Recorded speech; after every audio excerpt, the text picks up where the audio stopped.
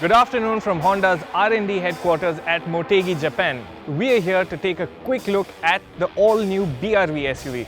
Now, as you may already know, the BRV is built on the Brio, Amaze and Mobilio platform and is a small SUV to take on the likes of the Hyundai Creta, the Renault Duster, the Nissan Terrano and the Maruti S-Cross. Here's how it is. At first glance, you won't really see the resemblance between the BRV and its siblings the Brio, Amaze and Mobilio. That's because the BRV has a more upright stance and a completely different front end with a squared out bonnet, angular headlamps, chrome-rich two-part grille and a scuff plate sporting front bumper. Roof rails and plastic cladding on the wheel arches and doors are some of the other SUV typical details you'll find here. Talking numbers, the 4456mm long BRV will be the largest of the small SUVs. The 2660mm wheelbase is large as well, but a lot of the overall length comes from the long rear overhang. This has allowed Honda to fit in a third row of seats, making the BRV the only 7-seater in its segment.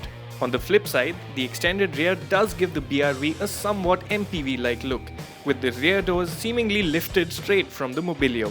However, rear styling is attractive if a touch on the flamboyant side. The solid chrome shroud for the number plate mount seems overdone. The tail, however, does go for practical reasons, as the large windscreen offers good visibility and the low tailgate will make loading luggage easy. There's good news on the inside too.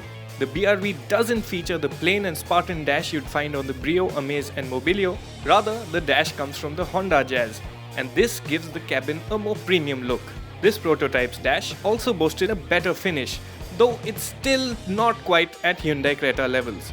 Comfort-wise, the BRV scores well with slim, well-cushioned front seats. The middle row offers good legroom and headroom, though the cabin isn't wide enough to seat 3 abreast in comfort. And as for the last row, now the BRV's third row is actually surprisingly good. These two seats are pushed all the way forward, so as you can tell there's a decent amount of legroom. I'm just under 6 feet tall. This one is pushed all the way back. I can still sit here, but it would be a squeeze. But this is a totally usable section of the cabin.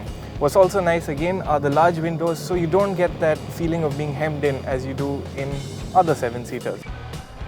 The BRV will come to India powered by the now familiar 1.5-litre petrol and 1.5-litre diesel engines as can be found in cars like the City and Mobilio. While the diesel one will come with a 6-speed manual gearbox, the petrol engine will be available with a new 6-speed manual as well as a CVT gearbox option. We sampled the 118 bhp 1.5i VTEC petrol engine mated to a CVT automatic on a very brief drive around Honda's test track. We are driving the CVT equipped BRV and the first impressions is that it's got enough go when you're just starting out, which would be helpful in city traffic. Honda says it has reworked the gearing of the CVT to make it more suitable for this heavier car. And yes, the BRV does feel energetic.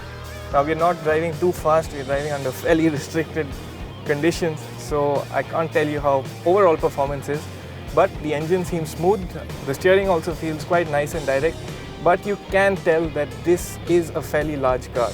You can feel the length of the car when you're changing direction, but it still feels quite agile for its size.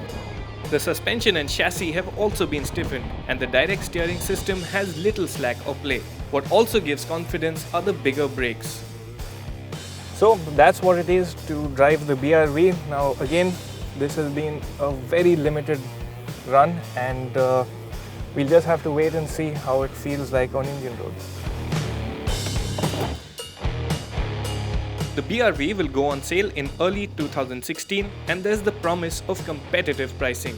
We've had very limited time with the car, so won't pass a definitive judgment just yet. What we can tell you is that the BRV is certainly a model you should have on your list of probables.